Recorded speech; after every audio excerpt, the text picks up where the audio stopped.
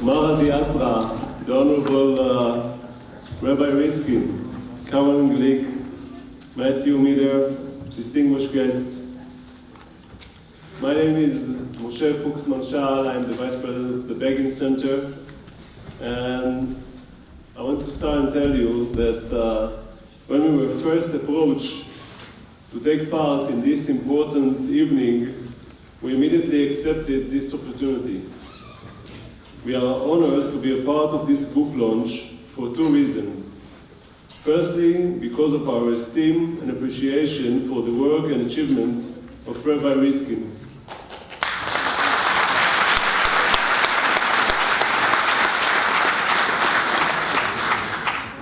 And secondly, because of the legacy of Menachem Begin, which this house is proudly bear his name. Menachem Begin was on the one hand the most orthodox prime minister Israel has ever had. A prime minister which started his first visit in the US by visiting Rabbi Soloveitchik, Rabbi Moshe Feinstein, and the Lubavitcher Rabbi in order to get their blessings for his term in office. A man who fought from the beginning of the state to strengthen Israel's Jewish identity. The man who stopped El Al flights from flying on Shabbat out of respect to the Jewish tradition, who renewed the weekly Torah portion classes in the Prime Minister's house every Saturday night. And one Saturday night, even President Carter called him and wanted to speak with the Prime Minister, and Begin said to his secretary, "Please tell President Carter that I am studying the Bible right now, and after I will finish, I will call him back." On the other hand, Menachem Begin was a true liberal, who put the individual's well-being at the focus of his work.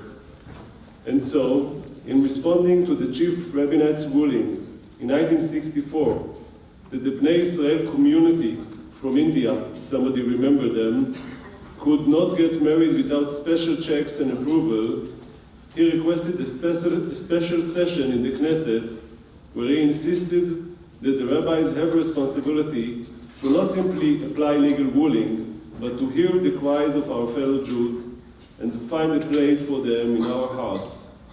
He argued that the compassion must always be a factor in such ruling, referring to the Torah as the Torah of life, Torah HaChaim, which was most important for him. As Prime Minister, Menachem Begin focused his efforts and good relationship with the Lubavitcher Rabbi in order to improve the conservative movement conversion. Menachem Begin proposed to establish a new Beit Din in which the Lubavitcher rabbis and conservative rabbis would sit together and approve conversions. This is the legacy of Menachem Begin, which you, Rabbi Riskin, and your work are a true reflection of. I know that these days are not easy for you, and I want to take this opportunity, if you can see the photographers here, and quote the sentence that is in the entrance of our museum, just outside the auditorium door, that was Menachem Begin's motto, and he repeated it a few times in his lifetime and in his career. And Menachem Begin used to say, "First, ask yourself if your cause is a just one or not. And if you believe that justice is on your side, then go and never back down." So thank you very much. And I'm pleased to let our MC of tonight, Matthew Miller, to continue this evening. Thank you very much.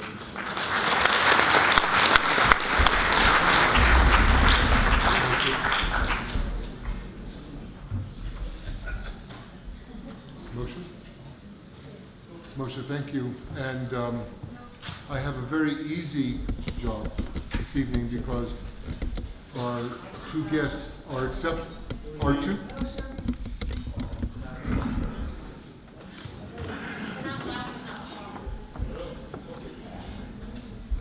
I have a very easy job this evening, in as much as our two guests are especially articulate and courageous. Rabbi Riskin, as you know, founded Lincoln Square Synagogue, was one of the founders of Efrat, Caroline Glick is an outstanding. Caroline Glick is an outstanding journalist, soldier, writer, thinker.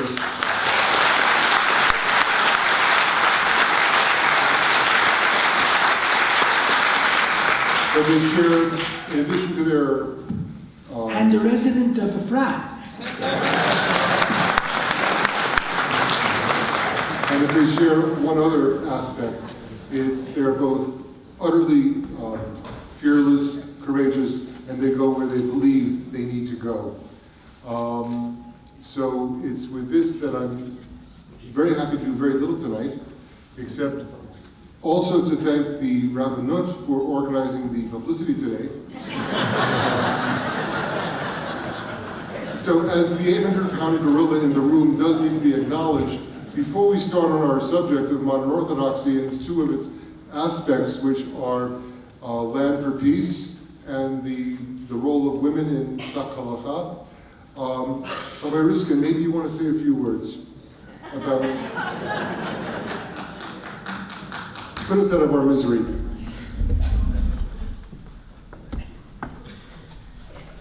אני רק רוצה לומר שהימים האלו היו ימים מאוד טובים בשבילי. אני מרגיש תמיכה שאני אף פעם לא הרגשתי לפני.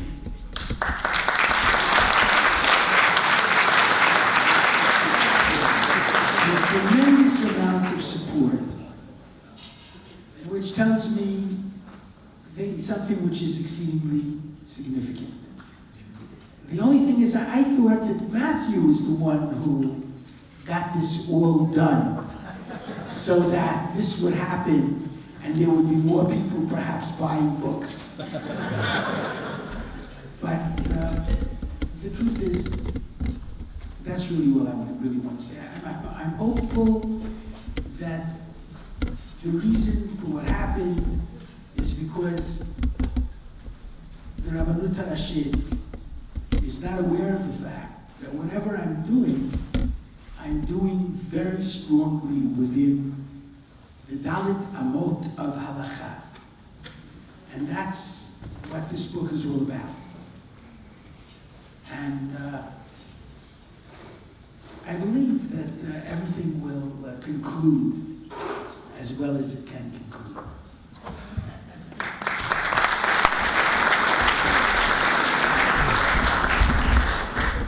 So let me ask the first question, and if I may, Harav, Caroline, you must feel with your recent book a bit like the boy with the Emperor's New Clothes,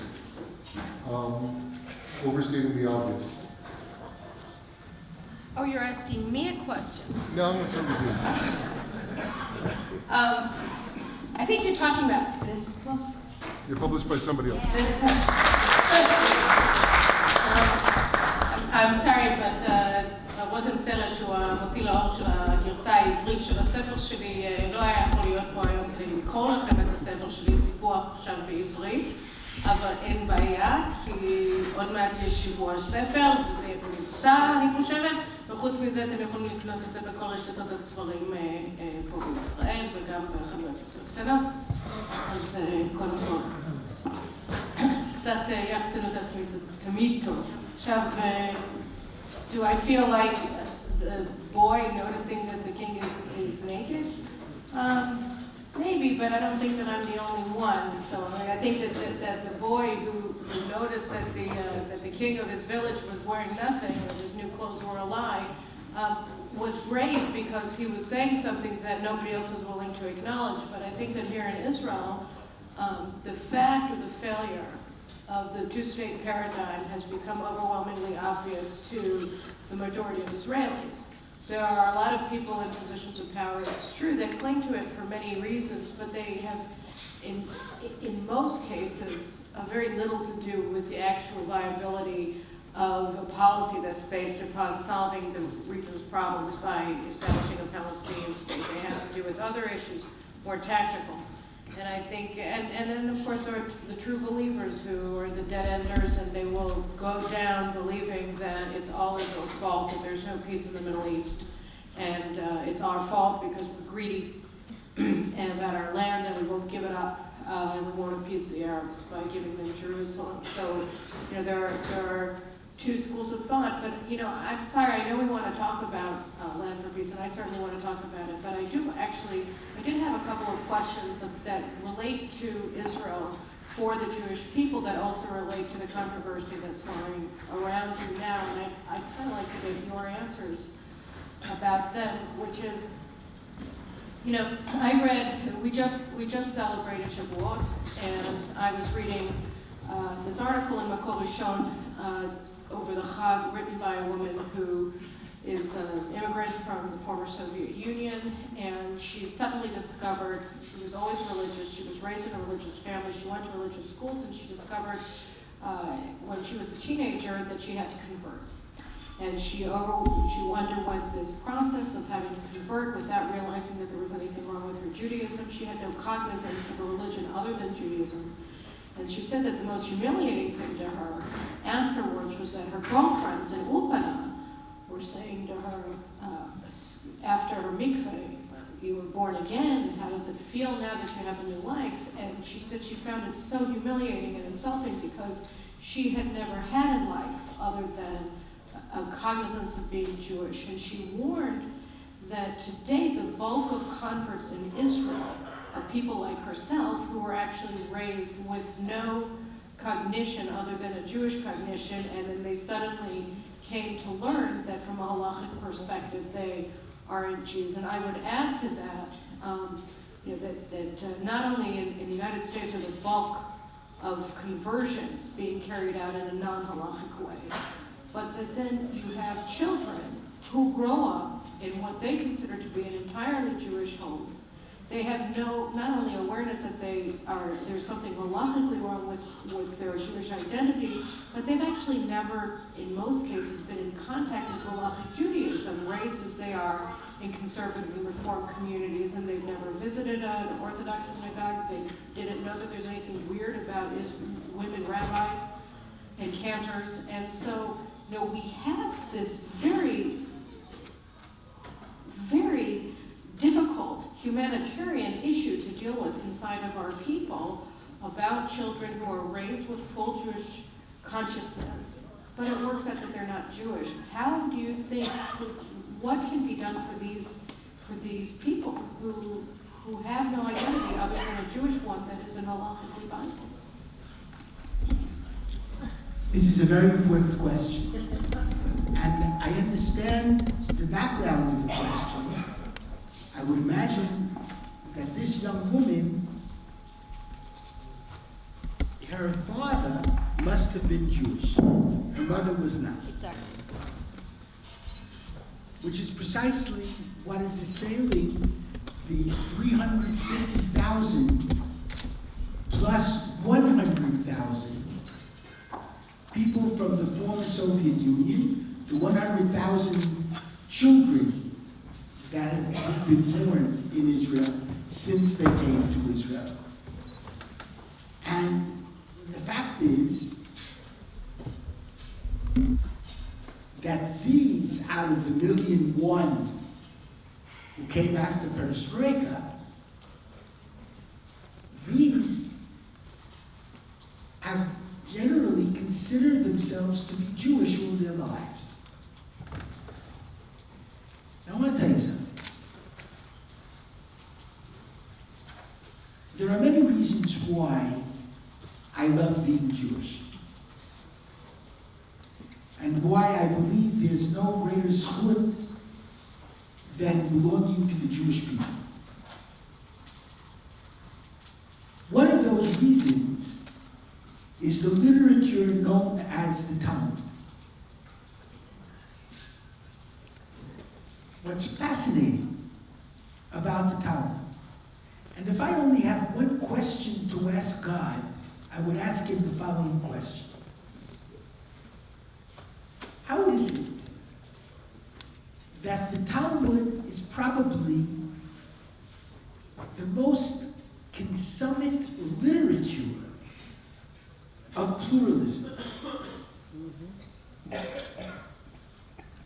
knows the joke, 2 Jews, 3 opinions. It's not true, 2 Jews, 10 opinions. And the fact is that when you study the Talmud, you will see that there are so many varied opinions about so many different things.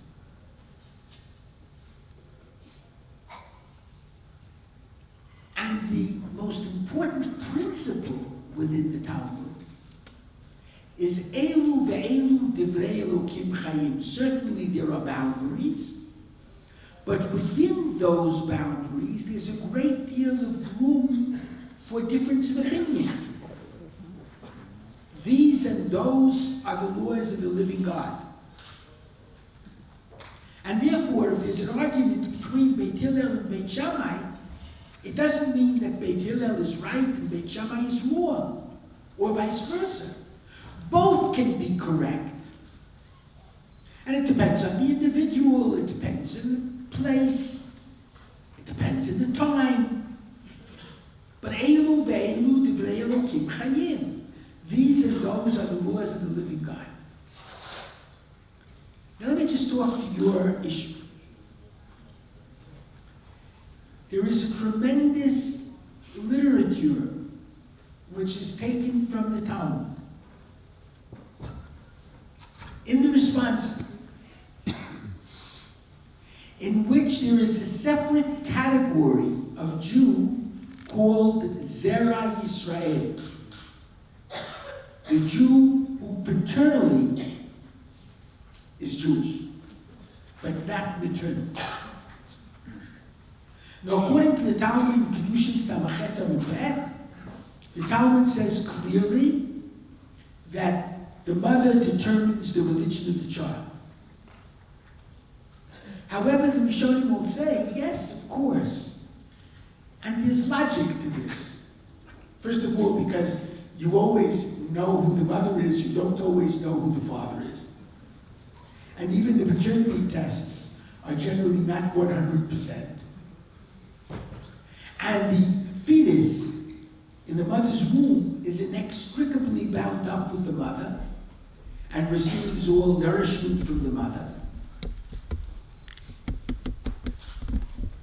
Nevertheless, the father also contributes DNA. And the father also has an important factor. And that factor is also understood halachically in Bamidbar. And so we'll see it next week also. L'mishpachotam leveit avotam. What does it mean? When they took a census, they went in accordance with mishpachotam, the family, the tribe, the familial family was listed, and Beit Avotam in accordance with the paternal side, not the maternal side, for deciding upon tribe. I'm a Kohen because my father was a Kohen. My mother was not from a family of Kohanim. So in other instances, the Torah says we go according to the father's DNA, so it certainly must be taken into account. And so the Pnei Moshe, Moshe Marguliot, in his interpretations of the Yerushalmi Yevamot, the Darkei Moshe, Rav Moshe Isserles, Rav David Tzvi Hoffman, especially the Mishpatei Uziel, great poskim, all say that there is a separate status called Zera Yisrael. And although someone who paternally is Jewish, but not maternally, does require conversion, it is almost as if a religious court is obligated to convert. That's the language of the Mishpatei Uziel. And it's almost like when someone does convert, it's not like a stranger converting to Judaism.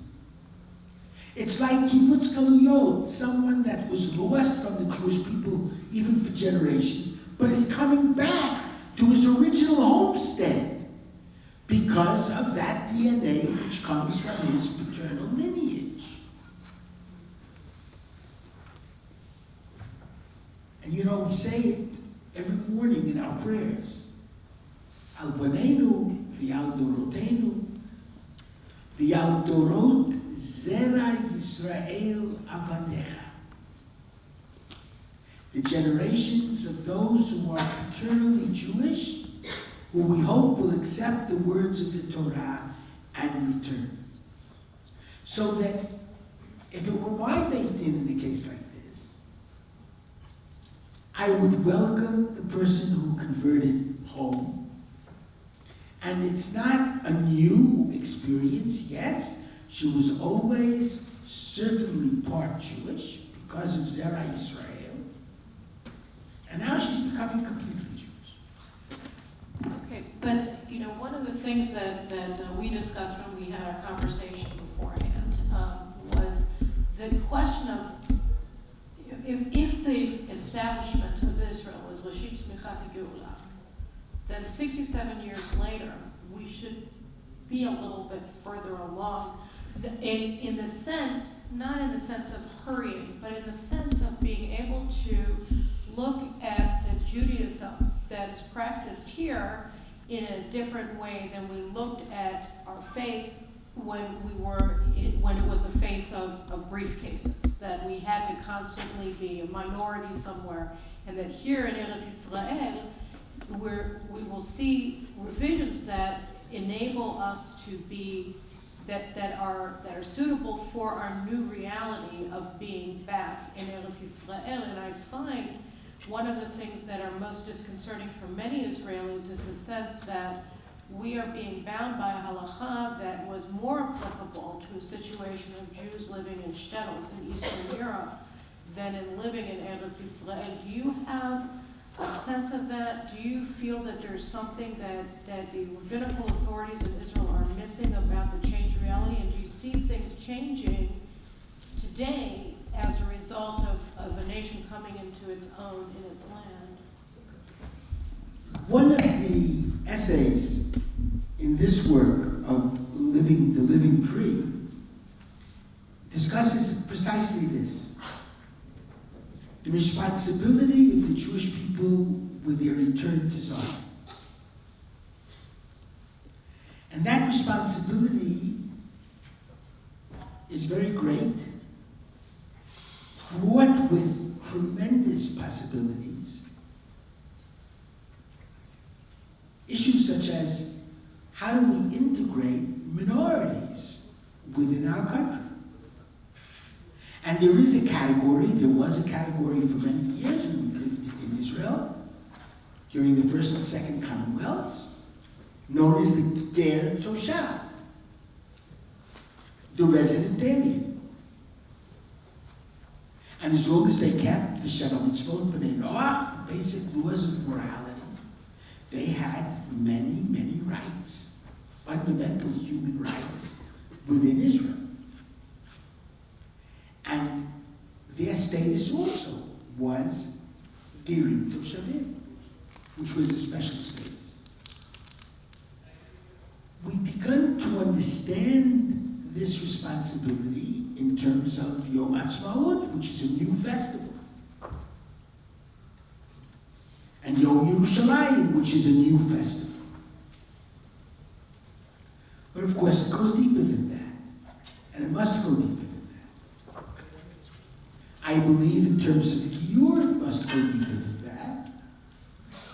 And if I had a Beit Din and people were coming, and the Gemara says in Yevamot Memvav Memzayin, you have to ask several of the more lenient issues and several of the more stringent issues before they come into the community of Israel. I would ask a would-be convert if he planned to serve Tzahal. That's one of the more difficult issues. But in our day, it is a mitzvah to go to Tzahal.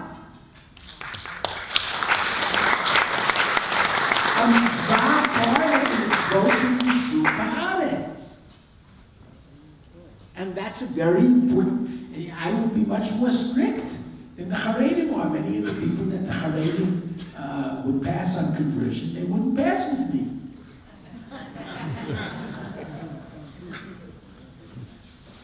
And these are similar issues. We have to try to take something like Shemitah and make it work. It's a magnificent idea, the sabbatical year. But we're celebrating the sabbatical year with hydroponics and other kinds of things like that, like people who are still in Europe. We should be trying very hard to work out Shemitah for an industrial society as well. It's a tremendous challenge.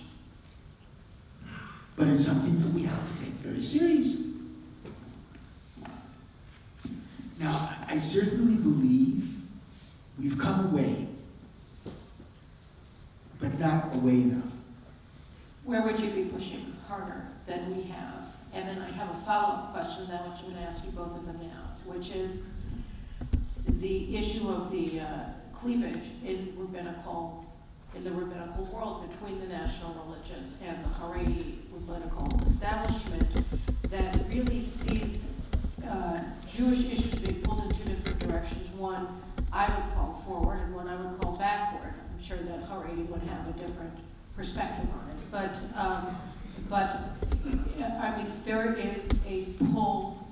We are being pulled in opposite directions by competing rabbinical authorities.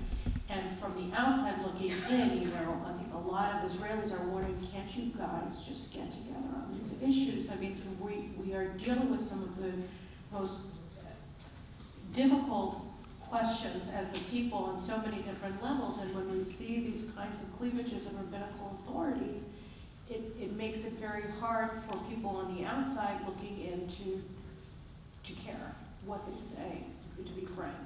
Because they're not getting answers that are useful to them in their lives. You realize, of course, though, that you could look at it in two ways. You could see the glass half empty, or you could see the glass half full. The fact is that the Haredi world has come a very long way. The fact is that before Kom Medinat Yisrael, let's say the Satmar Rebbe's position, now it's a very difficult position to understand and even to express. But the Satmar Rebbe's position is that the Shoah was an act of God to punish those who were not religious in Europe. And Kom Medinat Yisrael is an act of Satan, the Sitra Achra, the other side, in order to dupe the Jewish people. And it was a very anti-Jewish state approach. I believe the overwhelming majority of Haredim are much closer to accepting Jewish statehood. And even more than that, I think are beginning to have college educations and try to become part of the world slowly. But there's a large group of Satmar Jews even in Israel. And outside of Israel wanting to come to Israel, who very, very much are getting out of the Satmar world of their communities and moving. They even want to work the land in Israel. And there's a community in formation taking place right now as I speak. From places like Williamsburg and Borough Park and Lakewood, and planning to move to Israel. Now, the Haredi Sahel group were Makache Shem Shemayim Rabbi. They did a wonderful job. Haredi women are being educated by the daughter of Chacham Ovadia. And real changes, because you see, I think if you look at it from a halakhic, historically perspective view, to a certain extent, the real reformers of Judaism are the Haredim, not the modern Orthodox. For 2,000 years, halacha has been Yafeh Talmud Torah and Derech Eretz. You have to study Torah together with professional productivity. Brachot, Lamed, everybody agrees, all the poskim. Rav Shimon ben Yochai was a minority, and he changed his mind. Tell you exactly then, when he left the cave, for those who are a little bit lumped. But Yafeh Talmud Torah and Derech Eretz. It's Torah plus secular learning. And preparing yourself for a productive life. Now, that's beginning to change. Unfortunately, the Prime Minister gave in to the Haredim. Unfortunately, the Haredi people, and I want you to take one thing in mind, which for me is very important. The numbers of the Haredim have grown exponentially in the last years. The numbers of the representatives of the Haredi parties in Knesset have remained the same. Which tells me that there are many, many Haredim who are not voting party line. And they're changing. So I'm hopeful. Now, one of the problems is that the Rabbanut Harashit is a Haredi Rabbanut Harashit. And one of the things that we have to realize in Israel is that we have to take responsibility in Israel for all Jews, not only Haredi Jews, not only Orthodox Jews, but we have to take responsibility for all Jews. And halacha, if it is to retain its viability, has got to be able to speak in a meaningful fashion to all Jews, not only the Orthodox Jews. Now, Rabbi Zohar, for example, have come a very, very long way in trying to make marriages more palatable, halakhic marriages, etc., and speaking to people who are not necessarily religious, observant, I should say. So I see a number of good signs also. In terms of the chief rabbinate, you had a chief rabbinate for many generations that understood exactly what I was saying. There's been a regression in the last years. That's the thing, is that there's a sense that there's a reactionary impulse now that's governing the leadership of the Haredi world that is trying very hard to put its finger into the dam of increased integration of Haredi into. That's right. And they're being assisted, to my mind, by parties like Yesh Atid and Shinui in its time that were basically putting a gun to the head of these Haredi rabbis and saying, integrate or else. And I think that the pull, that embracing people as opposed to alienating them is probably the better way, for us to integrate, and which brings us really back to the question of the land of Israel and Ger Toshav. Because one of the things that I found fascinating and enormously significant was the fact that there was an Arab woman, Annette Haskia, who was running in the primaries of the Bayjud. And she didn't make it, and not only did she not make it, which is fine, but I said that there was a lot of opposition to her among members of the Bayjudi because she wasn't Jewish. And I had a conversation with someone, one such representative some time back, and I said, don't you understand that this is exactly, to my mind, an ideal of integration, that we should be embracing somebody who's embracing her Israeli identity, and we should be bringing them in. But there is a sense that we want them to be loyal to Israel, but we're not willing to reward them we're not willing to be good to our friends, and as a result, you empower the most radical elements of Israeli Arab society by not being good to those who want to be part of us. Do you think that Judaism, that halachic Judaism has something to say to that, and do you think that there could be more of a role played in integrating Israeli Arabs into Israeli society being played by rabbis that we currently see? Presuming, of course, that you agree with me. No, what you're saying is very, very true.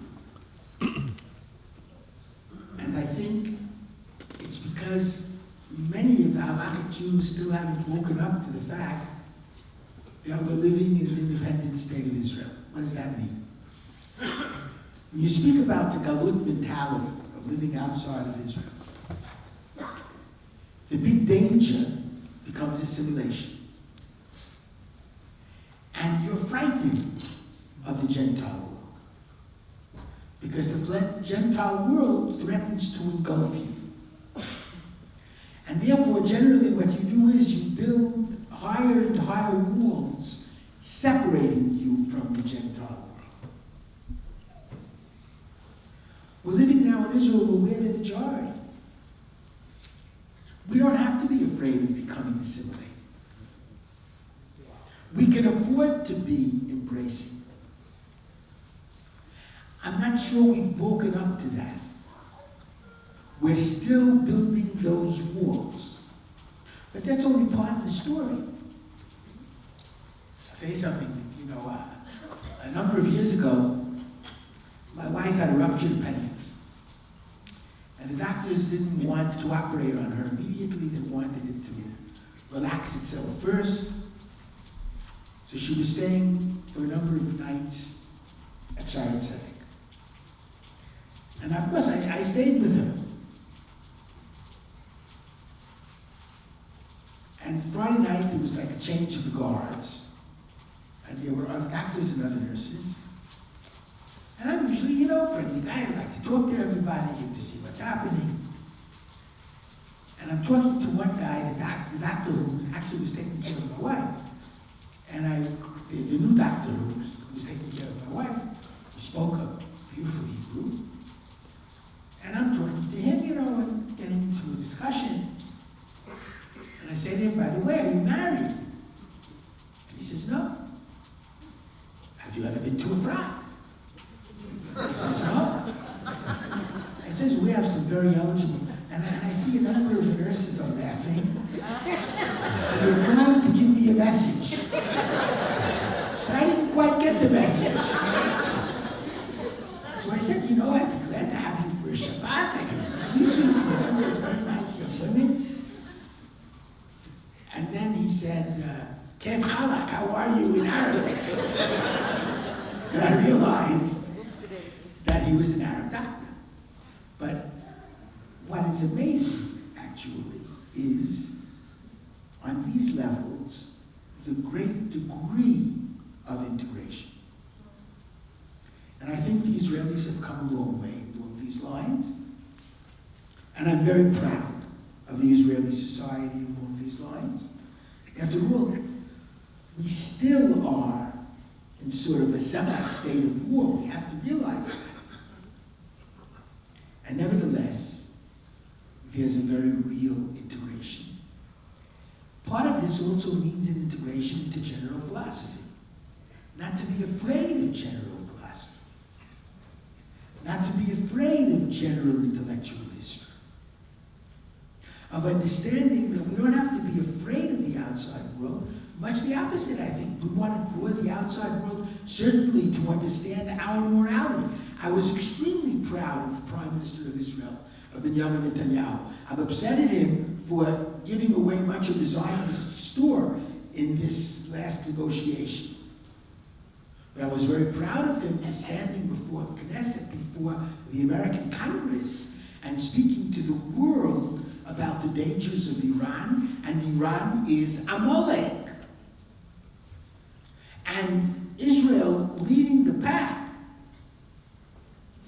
try to see to it that Iran not become nuclear and speaking to the world. And that should be the role of Israel. We don't have to be afraid of the world anymore. We should be leading the world along morality lines. And I think, as I said, this is beginning to happen. I certainly saw it in the case of Iran. The initial sanctions against Iran were strongly pushed by Benjamin Netanyahu many years ago. So that everything is a process. It takes time. I'm optimistic. I'm sure we've come a very long way. Nobody could have dreamt in 1945, 46, 47 that would be where we are today. And I think we're going to come the whole way, but it's going to take time. Okay, so bearing that optimism in mind, we both came from the United States, and I lose sleep over our relations with American Jewry, and I worry about the direction that that very, very large diaspora community is going. 70% intermarriage rates among conservative and Reform Jews, and just mass assimilation. And in that line, and then we can get into a little bit more of the issue of the land of Israel, I just want to read you an excerpt from an interview that Jeff Goldberg did with President Obama. That was just published in the Atlantic, and the response of a conservative rabbi in Washington to what Obama said. So Obama talked about the disparities between his views on everything and the Israeli government. And he said this. He says it's specifically about his arguments with Prime Minister Netanyahu. And he said, "My hope is that over time the debate gets back on a path where there's some, this is about negotiating with Palestinians. My hope is that over time the debate gets back on a path where there's some semblance of hope and not simply fear, because it feels to me as if all we are talking about is based from fear. Over a short time that may seem wise, cynicism always seems a little wise, but it may lead Israel down a path in which it's very hard to protect itself as a Jewish majority democracy. And I care deeply about preserving that Jewish democracy, because when I think about how I came to know Israel, it was based on images of kibbutzim and Moshe Dayan and Golda Meir, and the sense that not only are we creating a safe Jewish homeland, but also we are remaking the world. We are repairing it.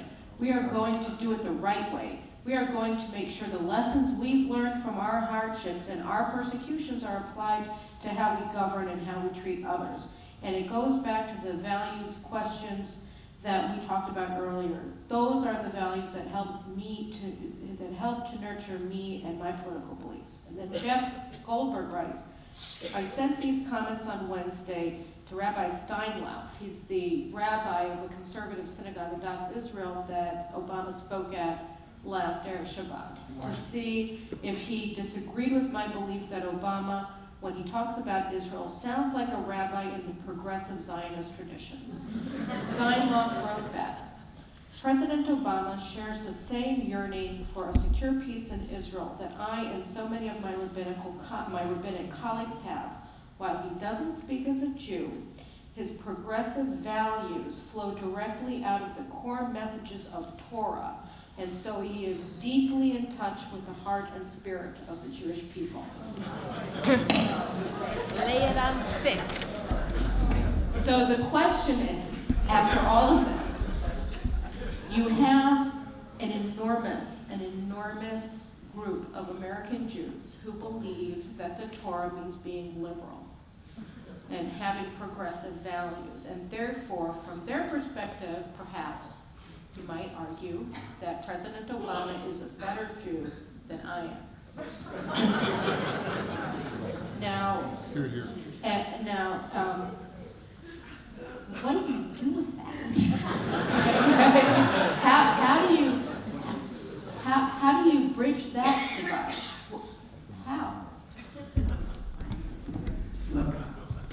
I was the guy, I mean, now the internet is really going viral with me. What happened before was almost nothing. But at that time, I thought it was a lot. I was all over the internet for having called President Obama Hummer. I posted that.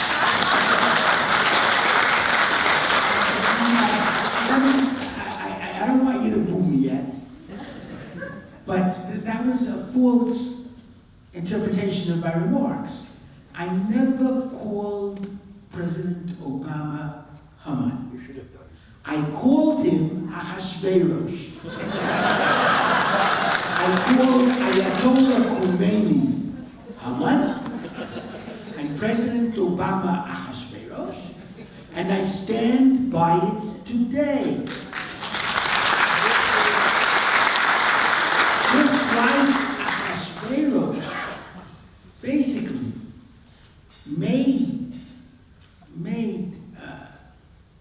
Haman the killer of the Jewish people. That was what President Obama was doing when, out of personal pique, he said he has to reassess the situation as far as Israel is concerned vis-a-vis the United Nations. Now, at the risk of ire of anybody, and I hope I won't have the ire of anybody, but like Bad Horitz said in his book, and that's correct, and as you said right now, and absolutely correct, that the religion of liberal Jews in America is left-wing Democrat. That's their religion. And their religion is what they would consider to be progressivism. Now, if by progressivism it means to help the underdog, to help the poor, to reach out to other who has less than you, I think that's what Judaism teaches. I'm very much in sync with that. The tragedy is that what goes along with this liberal democracy is that if anyone appears to be the underdog, even though he really isn't and is really the aggressor, he automatically is considered to be the underdog, especially if he has darker color. And that's a tragedy. Because nobody knows history anymore. And nobody has any idea whatsoever about the history of the conflict in the Middle East. And nobody even knows geography anymore, and what Israel looks like. And for the Jews in America, the majority of the Jews who voted for Obama twice, I can forgive those who voted twice. You know, I once went to, it was a 613 restaurant in England. So someone took me to that 613 restaurant a number of years ago. Whitmore Street. And I ordered fish. And then I got deathly sick when I got home, back to the hotel. And I did what I always do when I feel deathly sick. I woke up my wife, I called my wife in Israel.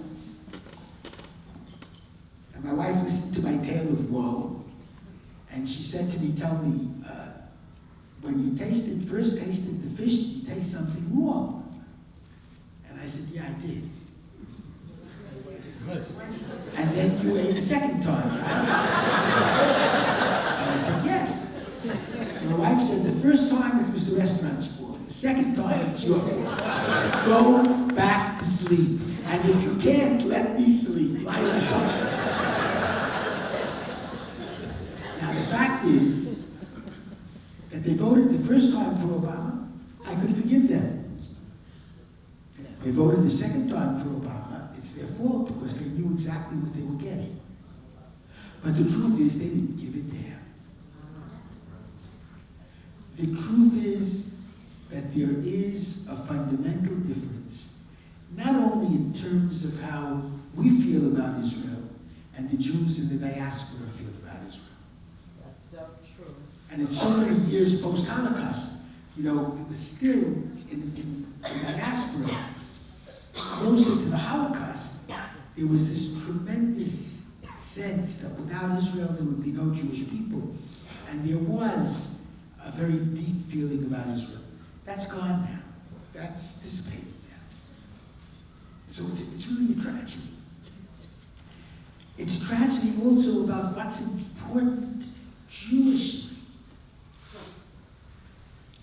America can get all upset, American Jews, about a certain kashrut issue. They're not dealing with the very real existential problems of Judaism in Israel, which has to do with the army, which has to do with committing ourselves to Jewish future, which has to do to the real ethical issues. On the one hand, you don't want to constantly suspect the stranger. You want to oppress the stranger. But it's very hard to trust the stranger if he's sending out suicide bombers against you. Those are the issues that we have to deal with, and the true future of the Jewish people. And there are whole different concerns, and they don't have those concerns. And they can afford to tell us, forget about the settlement plots. Forget about settlements altogether. Obama hypocritically can say, don't be so afraid and take chances. You, President Obama, take chances with your family and with your children, not with my family and with your children. President Obama, you didn't say one word when Mahmoud Abbas made a pact, a treaty with Hamas. You couldn't stop talking when Prime Minister Netanyahu said, given the situation right before the elections and the relationship between Hamas and Mahmoud Abbas, you never criticized him once for making that pact. But you criticize us for building in the settlement plots, which are so protective of Yerushalayim and so protective of the Jewish people in the very small state of Israel. So the problem is not progressivism. I think it's a misreading of progressivism. It's a misreading of reach out to other. It's a misreading of who is the underdog and who is the Goliath. And we've just got to be strong. Thank God, that's the one important thing. We have, God has helped us to be strong, and we have to remain strong and remain even stronger. And I only want to say one more thing.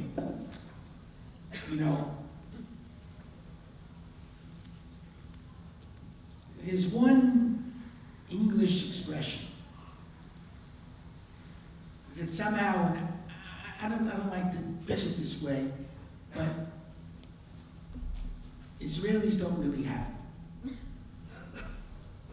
Some of them speak English very, very well, but there's one expression that they don't know. I'm sorry, I made a mistake. It doesn't matter if you're former prime ministers, former presidents. Nobody says, I'm sorry, I made a mistake. I think that Shimon Peres is a very, very smart man. I can't believe that he doesn't understand what a terrible mistake, debacle it was. We ourselves created Arafat.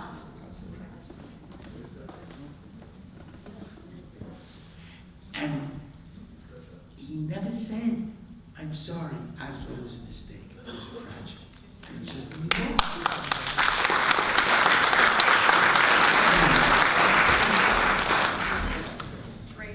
I don't believe that that means that we should now aggressively take over all of Israel. But I certainly think that we have to be strong. We have to be morally culpable and sensitive. But at the same time, we have to understand that committing suicide is also an immoral and unethical act.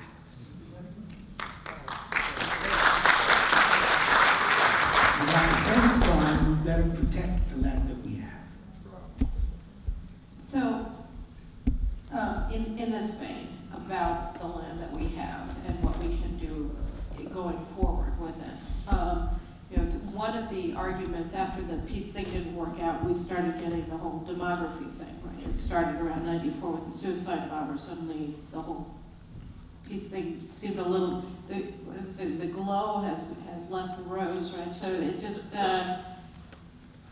we started getting the demographic issues and, they're going to outnumber us, they're going to multiply us, they're having more children than we are, they're all the, and we're going to become a minority west of the Jordan River within 15 years if we don't give up Judea and Samaria and take them off of our population rolls in one way or another. But then worked out that this demographic data was untrue, that with Judea and Samaria, Israel retains a 2/3 majority, and that people say, well, that's debatable, we're not clear on that. But even if it is true, that means that we have 1/3 of our population is Arab, and under those circumstances, we can't be a Jewish state anymore. But I'm sure we aren't taking them over, though. I mean, I never understood the argument. Maybe this would be true if we took over Judea and Samaria. We haven't taken over Hebron. We haven't taken over anywhere. We don't take responsibility for the Arabs who are living here.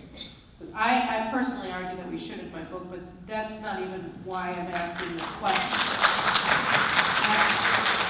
To be perfectly honest, I'm asking the question because what I'm trying to get at here, and one of the things that is most disconcerting to me when I look at the debate here, is that people take for granted, and they say if we don't have a 75-80% Jewish majority here, we can no longer be a Jewish country. And I'm wondering, Yoram Chazoni has written about this, I think, in a very compelling way, that there is no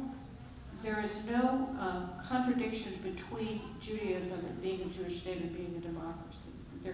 That in fact, democracy as it's construed in the West is based upon the Torah. And so I would like it if you could just speak to that, because, with the whole Chok HaLeom, the Jewish nation state law that we've been mired in, that Obama attacked in his interview with Goldberg, there have been open statements by leading Israeli politicians that say that there is an inherent contradiction between being a Jewish state and being a democracy. And so I would just like to open that up to you. What does Judaism say then? I have a You have an essay. an essay on this. I know. I believe that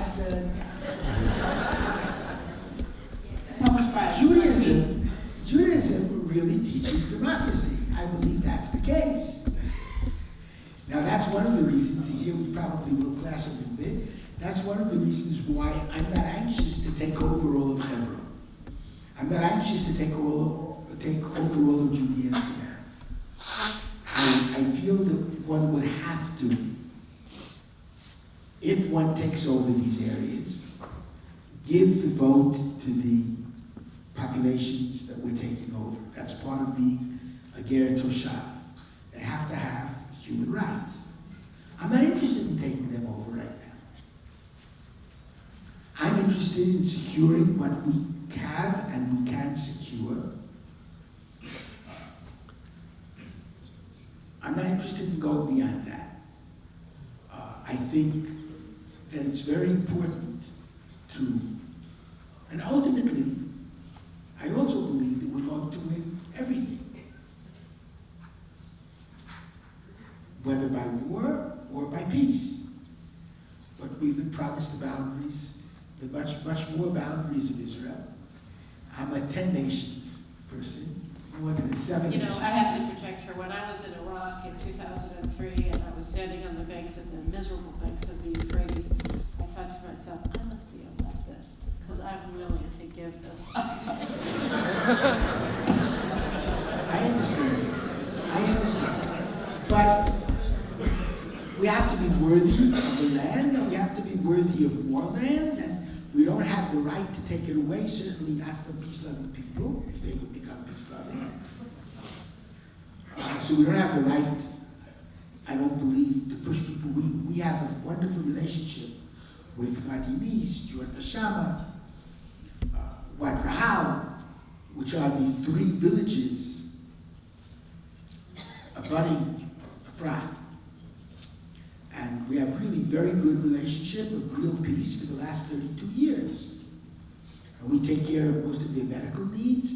We have an emergency hospital in Efrat that takes care of the Palestinians for free, really. And we have an excellent relationships with them. I don't want to control them, because frankly, I don't want them to help run my country for me.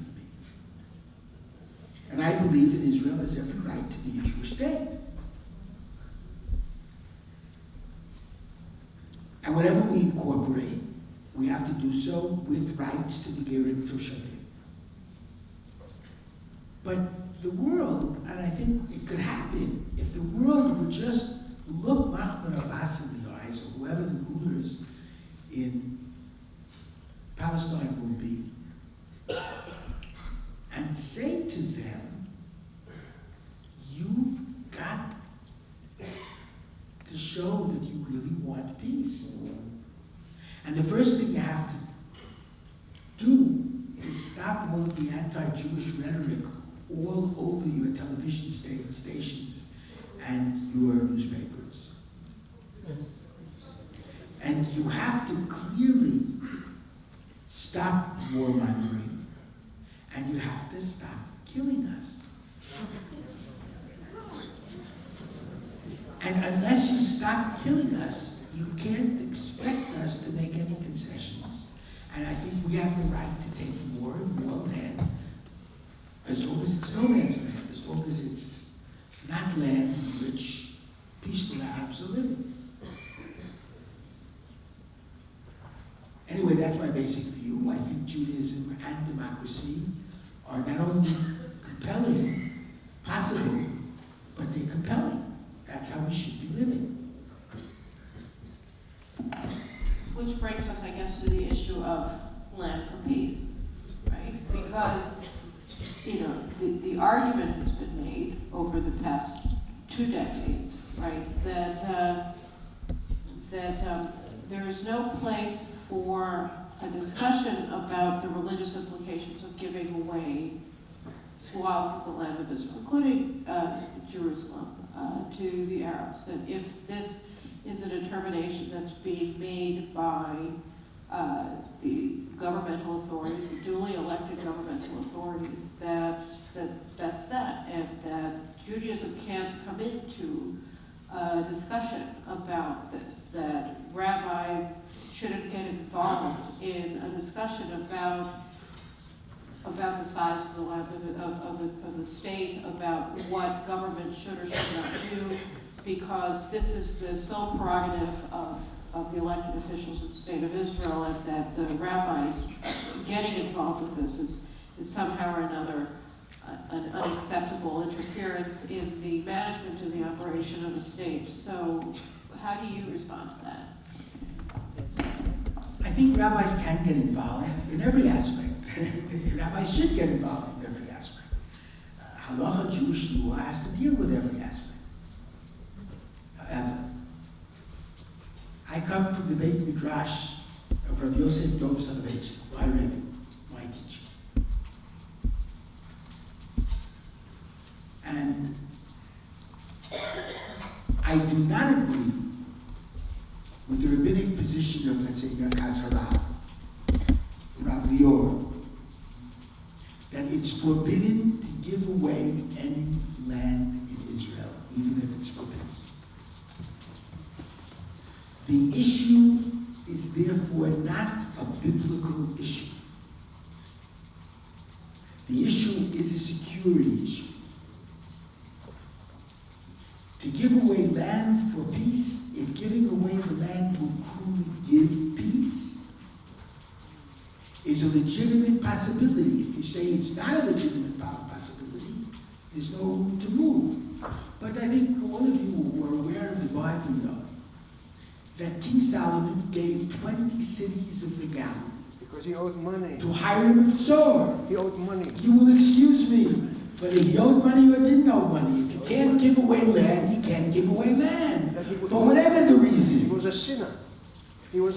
No, you will not find, excuse me, again, give me a statement in the Gemara that calls him a sinner for doing that. There is no such statement. It does not exist.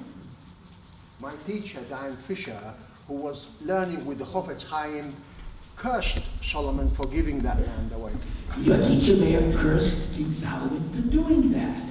However, the halacha does not curse him for doing that in any halachic source that I know extant. So that you have to just understand. So if you look at the halachic material, there is room for land for peace. If you ask me today whether I think land should be given, for what peace? What peace are they talking? Not even willing to recognize us as a Jewish state. So what is the unique, if this isn't a halachic issue, then what is the unique contribution that rabbis made to this debate as you see it in Israel? Because it is the central debate of our time. What do you think that the unique and special role that rabbis have to play in this? Rabbi's unique role, special role, is who determines? How is it to be determined? In other words, once you realize that there is not necessarily a prohibition about giving land for peace, then the question becomes, what will bring greater peace? Is it giving land, or is it not giving land? The one thing that I've noted, and I'm hardly a hawk, I come from a rather dovish tradition. I'm hardly a hawk, but every time we made a concession to the Arab side, they became much more aggressive in asking and grabbing much more. If you will remember your recent history, the overwhelming majority of terrorist acts against innocent civilians in Israel were done during the short period when Shimon Peres was Prime Minister of Israel. That's what happened. It was a horrific situation. Because they conceived of him as being someone who was weak and would become even weaker if they were aggressive. So that, yes, of course, to give away land is wrenching. You'd better be fairly certain that there's going to be peace. And I would say giving land for peace doesn't mean giving away land and then getting peace. It means, from my perspective, you get the peace, and then you are willing to give the land. Because the group that has constantly been the aggressor of every single war in Israel has to prove itself. But if you will claim that you can't give land away under any condition, then there's nothing to talk about religiously. And I think there is what to talk about.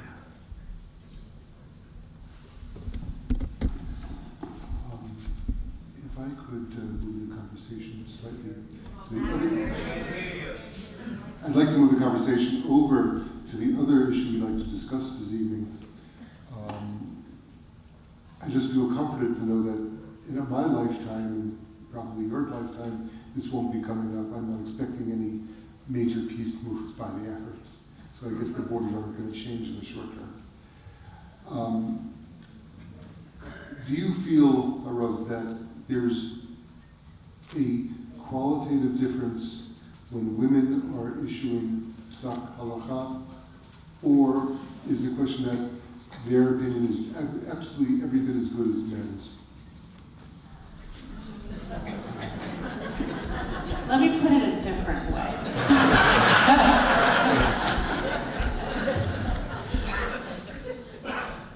There is a dispute about whether or not women should be poskot.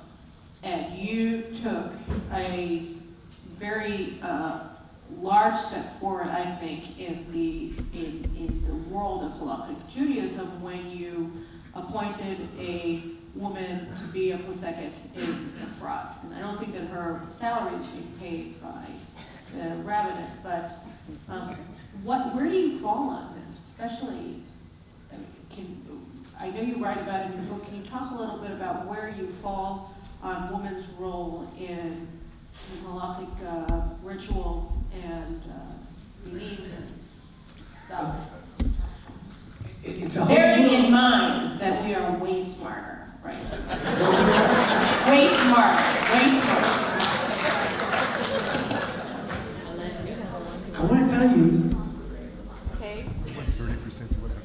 I'm sure that's true. You better be sure. I'm sure that's true. First of all, anyone here who knows my wife, the Friedmans know my wife very well. Anyone here who knows, and the number one lady sitting up front, and Toby is the number one lady who writes letters to the editor under at least 2 different names. Any good letter she wrote knows that she's much smarter than I am. It took me 3 issues in our early married life in which I said X and she said Y, and I figured I'm the man and I would do what I said. And then a second time, and a third time, and each time she was right and I was wrong. So I started out as a slow learner, but after that happened, I don't do anything without first checking it with her. And I mean that very smooth. And I'm not giving you a chidush because the Torah said to Abraham, Kol asher tomar elecha Sarah shma b'kolah. Whatever Sarah says, listen to her. So God taught that to Abraham. So we better damn learn it, we men, sooner or later. But really, very, very seriously. First of all, the argument is almost so moot. Devorah was a judge in Israel. One of the first judges in Israel. The Tanakh says that people came to ask her questions. She sat under the date tree. People came to ask her questions, and she paskin. Not only that, but she was also alongside of Barak in the battle against Midian. And therefore she is one of the important personae. We have a school in Arnona, the Resha Lindenbaum. And we have a beautiful mosaic when you come into the lobby with Miriam and Devorah. Devorah is a model for us. She was a judge. And we're starting now a school for women judges. Now the halacha is very, very clear. There is a new Shulchan Aruch, Hoshen Mishpat, that was put out by Mosdot Ariel under the leadership of Rav Shai Yeshuv Cohen of Haifa, and under the imprimatur of Rav Avram Shapiro, former chief rabbi of Israel. And there's a new commentary to the Hoshen Mishpat commentary is called Halacha Psuka, and it's a compendium of all of the responsive literature through the generations. And here it's written very, very clearly, Choshen Mishpat. The Choshen Mishpat says a woman cannot be a judge. And the Halacha Psuka says, yes, if she is a judge by virtue of an appointment from above. But if she is a judge because of her knowledge, and her judgments will be accepted by the people, then she certainly can judge and enforce her judgments. Very true. And this is accepted. I mean, it's accepted very, very strongly. Now, you talk about the Rabbanut HaRashid, Rav Bakshi Doron has a book of responsa, Binyan Av, responsum Samach Hey, 65. He says a woman can become a Gedolat Hador. She can become a leader of a generation. A woman can certainly be Morah Horaot Psukot. She can give halachic judgments, render halachic judgments. He was a member of the chief rabbinate of Rishon LeZion. So I don't think I'm out of the mainstream. I'm talking about very respected religious leaders. And throughout Jewish history, I mean, there's a Tosefta Kelim, where there was a question in halacha, ritual purity or impurity, one of the very, very difficult issues. And in the Tosefta Kelim, there was a difference of opinion between the son, about the Psak Halacha, between the son of Rav Hanina ben Tradion and the daughter of Rav Hanina ben Tradion. The daughter of Rav Hanina ben Tradion was Bruria.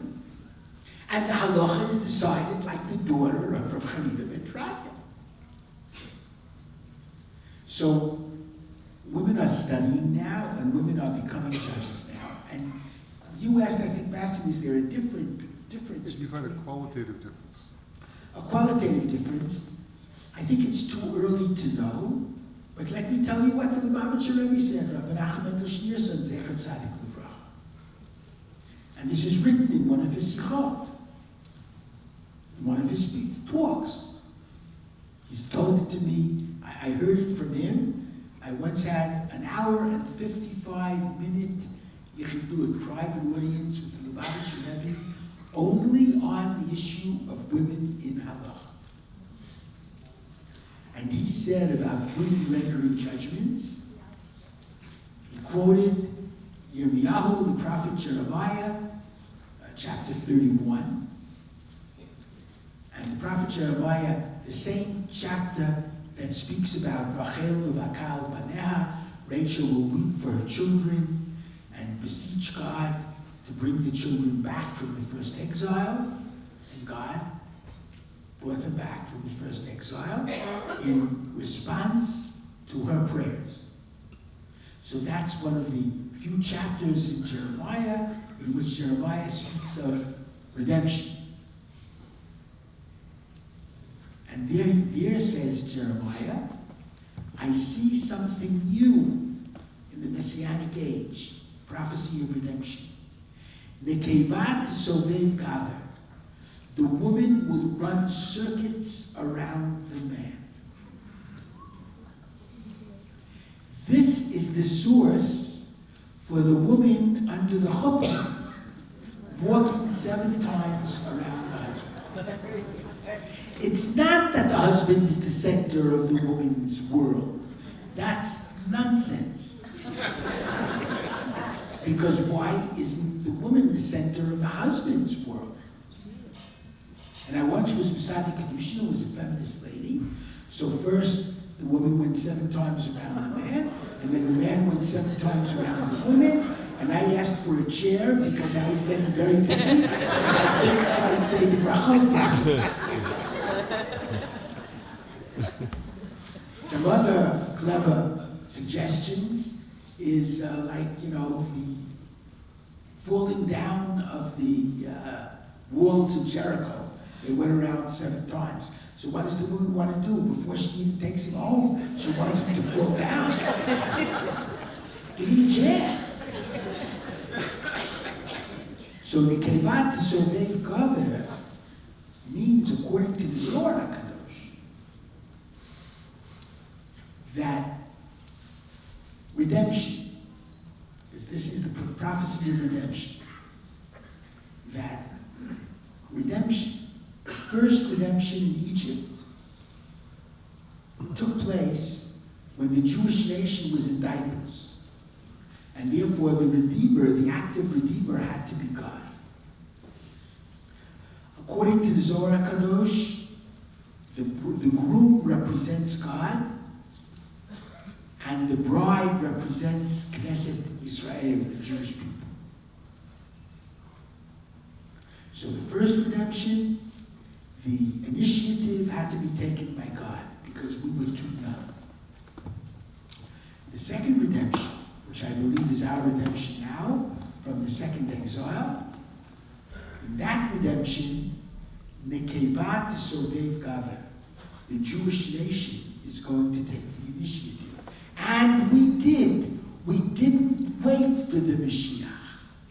We came to Israel first in order to make the pathway for his coming as smooth as possible. And that's the prophecy of the Kevat Sovev Gaver. And that's the woman Knesset Israel going around God, as it were, running circuits around God to bring about the redemption. And the Lubavitcher Rebbe said magnificently, what are the verses of redemption? Od Yishama Ba'orei Yehuda v'chutzot Yerushalayim. They will soon be heard in the great streets of Judea and the great places of Jerusalem. Kol sason v'kol simcha. Sounds of joy and sounds of gladness. Kol chatan v'kol kala. Kol isha.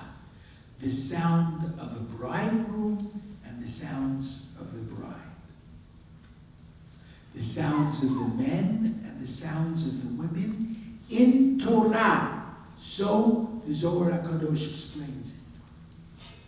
And the woman's Torah, so the Lubavitcher Rebbe explained, is a Torah of chesed, of loving kindness, just as Ruth's Torah was a Torah of chesed, of loving kindness. And chesed yibaneh olam, the woman's Torah of chesed, will rebuild the world into a world of redemption.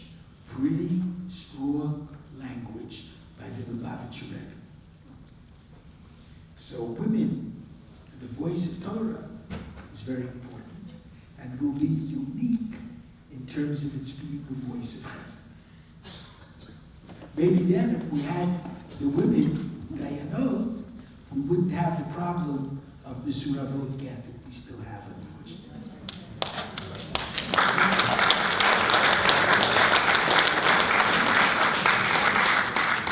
Rabbi Riskin, in the half century that our families have been friends, you've always been the most incorrigible optimist I've ever known. One second. And I really mean this, Matthew. We know each other for a long time. How can you not be an optimist? Whenever I walk the streets of Ephraim, how can you not be an optimist? I don't know the difference between my right and my left. I am totally geographically challenged. I don't have a driver's license. And the city of Efrat, I saw it grow from nothing. We have 7 hills. We're on the 8th hill, 12,000 people, 38 synagogues. How can you not be an optimist? Look at Medinet Israel. Look at the Jews today. You have to be deaf, dumb, and blind not to be an optimist and not to believe in Torah as truth.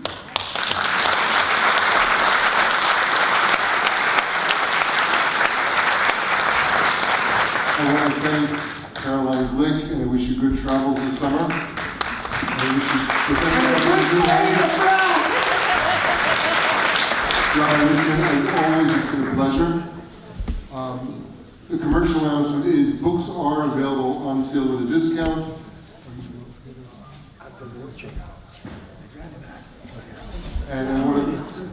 And the first 30 people will have books signed. But Rabbi Riskin's had a rough day, let him go home. So thank you very much for coming.